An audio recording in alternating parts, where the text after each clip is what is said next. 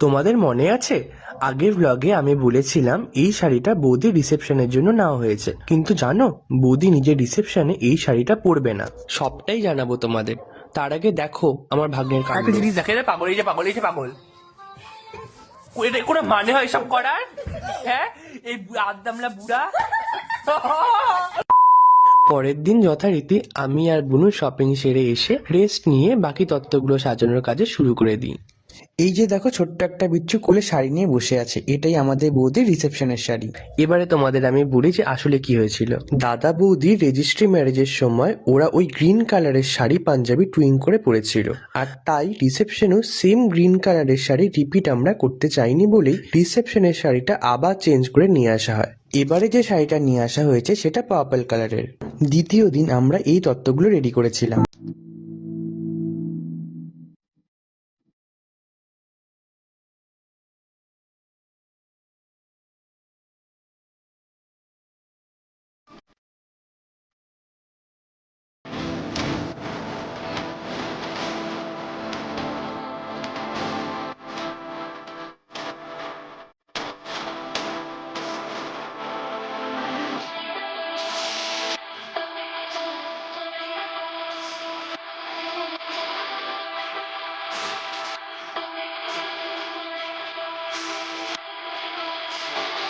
আশীর্বাদের দিন সকালে দই, মিষ্টি আর মাছ এনে সেগুলোকেও রেডি করে নিয়েছিলাম এভাবে। তারপরেই আমি রেডি হয়ে বেরিয়ে পড়েছিলাম নতুন বৌদির আশীর্বাদে যাবার জন্যে।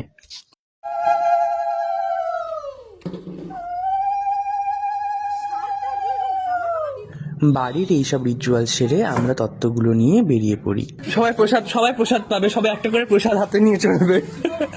তুমি কি নিয়েছো বুনু? দেখি তুমি কি নিচ্ছ? কিসের বেনারসি? এটা রিসেপশনের বেনারসি। তুই কি নিয়েছিস? এটা কি নিয়েছিস তুই? বেবি। আর তুই? ও দুটা ম্যাচিং ম্যাচিং করে নিয়েছে শাড়ির সাথে। আর এটা হচ্ছে আমাদের জামাই রাজা। তো এবার আমরা গাড়িতে উঠবো। আমি নিয়েছি কি, আমি চিপসের প্যাকেটটা নিয়েছি। উঠো না হালকা। হ্যাঁ, কি বললে তুই? খাবার আবার খেতে খেতে চলে যাস। আমি তো তাই ভাবছি, এই একটা তত্ত্ব কিন্তু কমে যায়। রাখো না, দিয়ে দাও ওদেরকে, একটু দিয়ে বর্দাকে একটু ধুতি পরাই দিয়ে আসো তো তাড়াতাড়ি, 1 মিনিটের মধ্যে ফটাফট। ভাগ্নের এই কথা শুনে আমি ছুটতে চলে যাই পিসাকে ধুতি পরাতে।